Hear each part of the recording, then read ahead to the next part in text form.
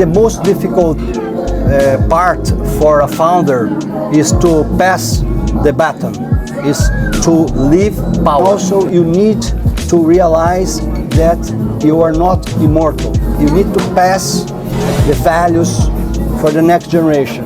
We are the guardians of the family values. Wow. We go, but the family business continues. Yeah. Be yourself, and don't pretend to follow your father's footsteps, because you need to find your own path. Yeah.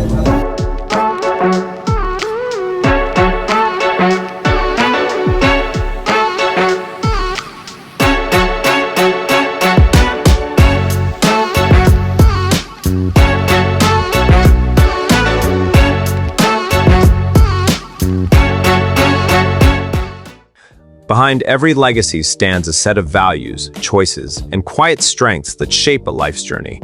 Today, we step into a world defined not by wealth, but by purpose and responsibility. Welcome to the world of Nelson Cury.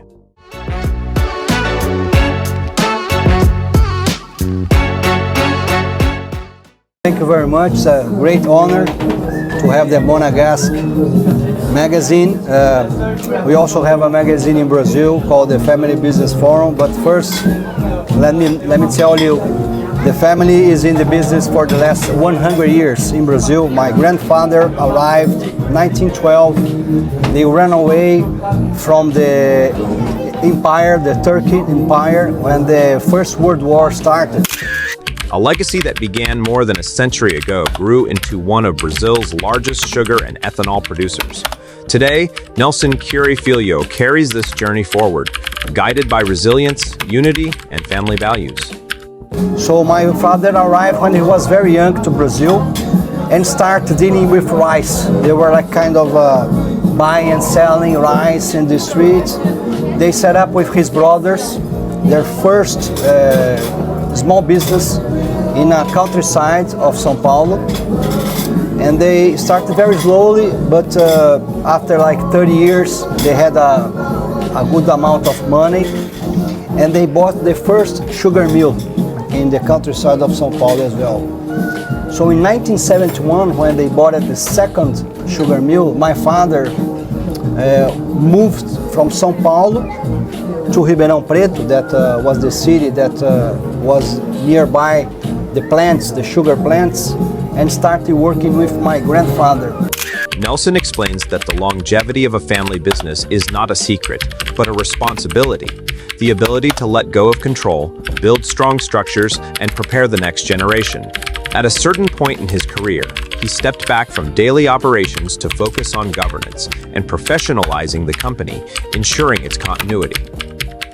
Observing families whose businesses had endured for centuries, he embraced a principle shared by one of their heirs.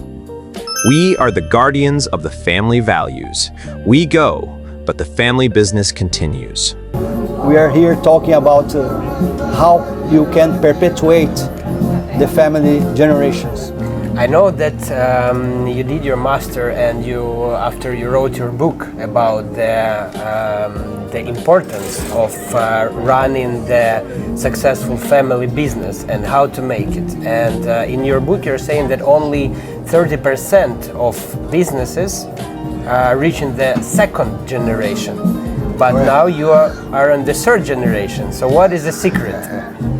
That's not a secret. I think that's a lot of work to do, because I think the most difficult part for a founder is to pass the baton, is to leave power. So when I was, after 25 years working as an executive in the family business, I decided that it was time for me to leave the operation and go to the board and leave room for other generations, or also professionalize the company, because today the information is very fast. So it's impossible for you to manage everything if you don't have a good team, or you put a good structure in terms of a family council, shareholders agreement, also shareholders a board of directors, very strong board of directors.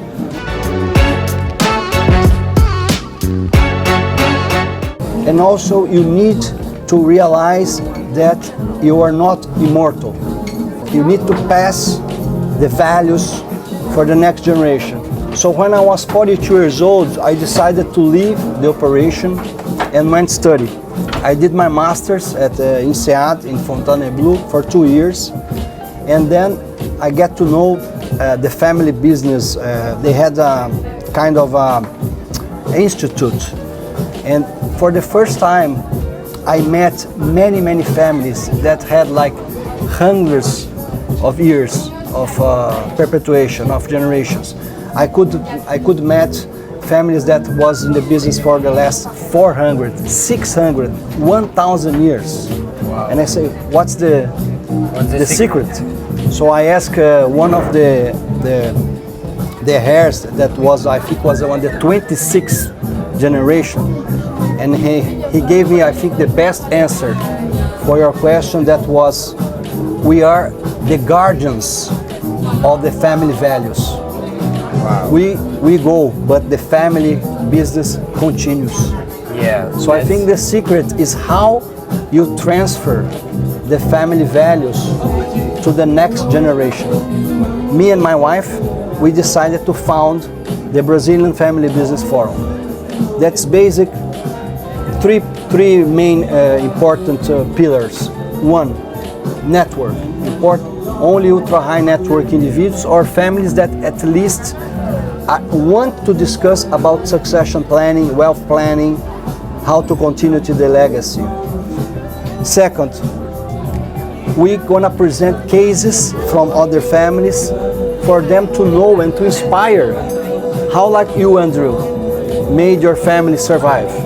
So I can learn from your experience and use as an example, as a reference for me to implement, or at least go to look for some help, for some structure into my family. And the other is to have a safe space. Safe space because if you are not in a small community that you can exchange experience and open freely, you're not gonna talk about your pain, right? So the idea is talk about the most difficult parts of the family business, not only the best, the good things, but about the challenges. The challenges. Exactly. So how could you manage to do it in your family, for example? So we set up this forum to start exchanging experience between other families. How many family offices are there? Now we are doing this for the last 10 years.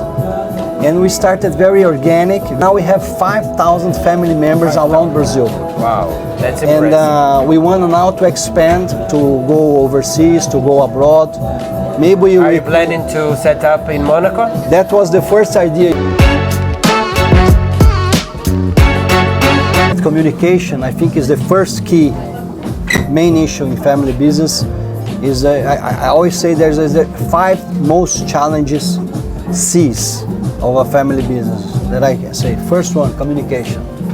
How do you communicate? Your company is a democracy. Everybody needs ask permission to talk, or you have a voice, open voice. Second, conflict. How you manage conflict. So you can deal with conflict as a constructive way or destructive way. Connection. How you transfer values for next generation. So what is the glue, that put us together in a family? Is because we love each other, or is because of the money? What connects us? The fourth is control. Who manages control? So someone that controls all your assets or all your company is going to be very difficult for you to have a democratic forum to debate. So who is in control can define the future of the family business. And the last that I like, one of the most that I like, is capacitation. Educate. So how do you educate your family members?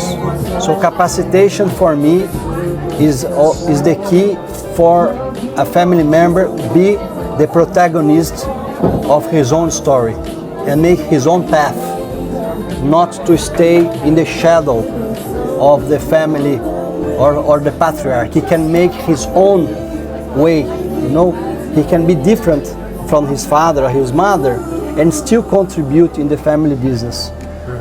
So, but you need to invest for him to have a repertoire, to have a muscle, skin to face the world as it is.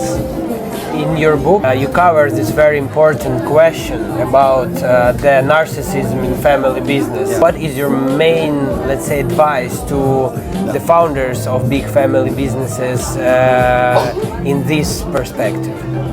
Every of us has some traits of narcissist.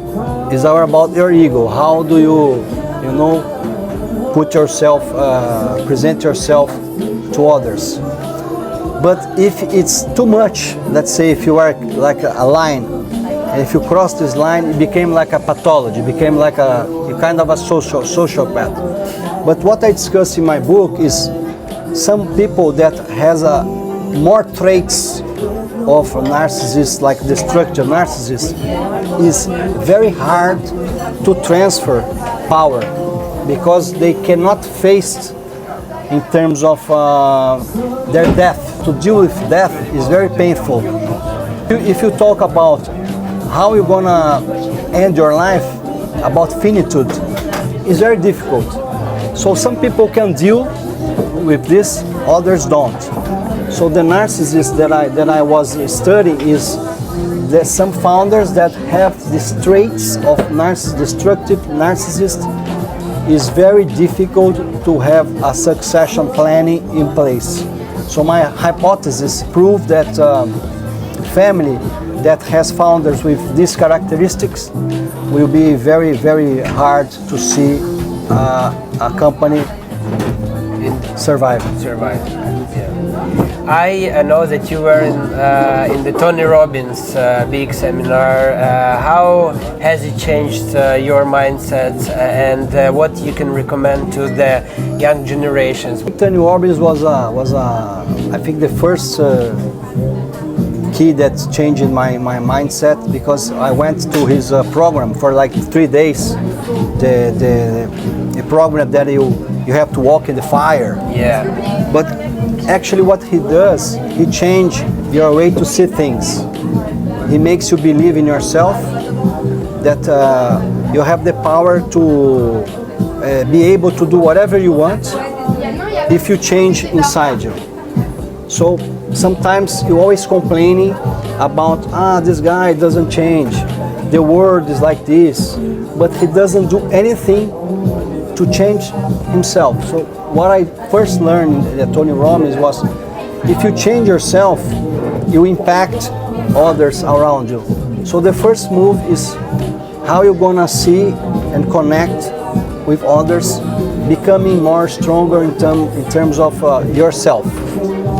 So for me, Tony Robbins was a very important, was actually one of the first courses I took to start changing my mindset as an entrepreneur, as an heir, as a successor, as a shareholder, and to have this new mentality to face the world, not to blame, but to take responsibility, accountability.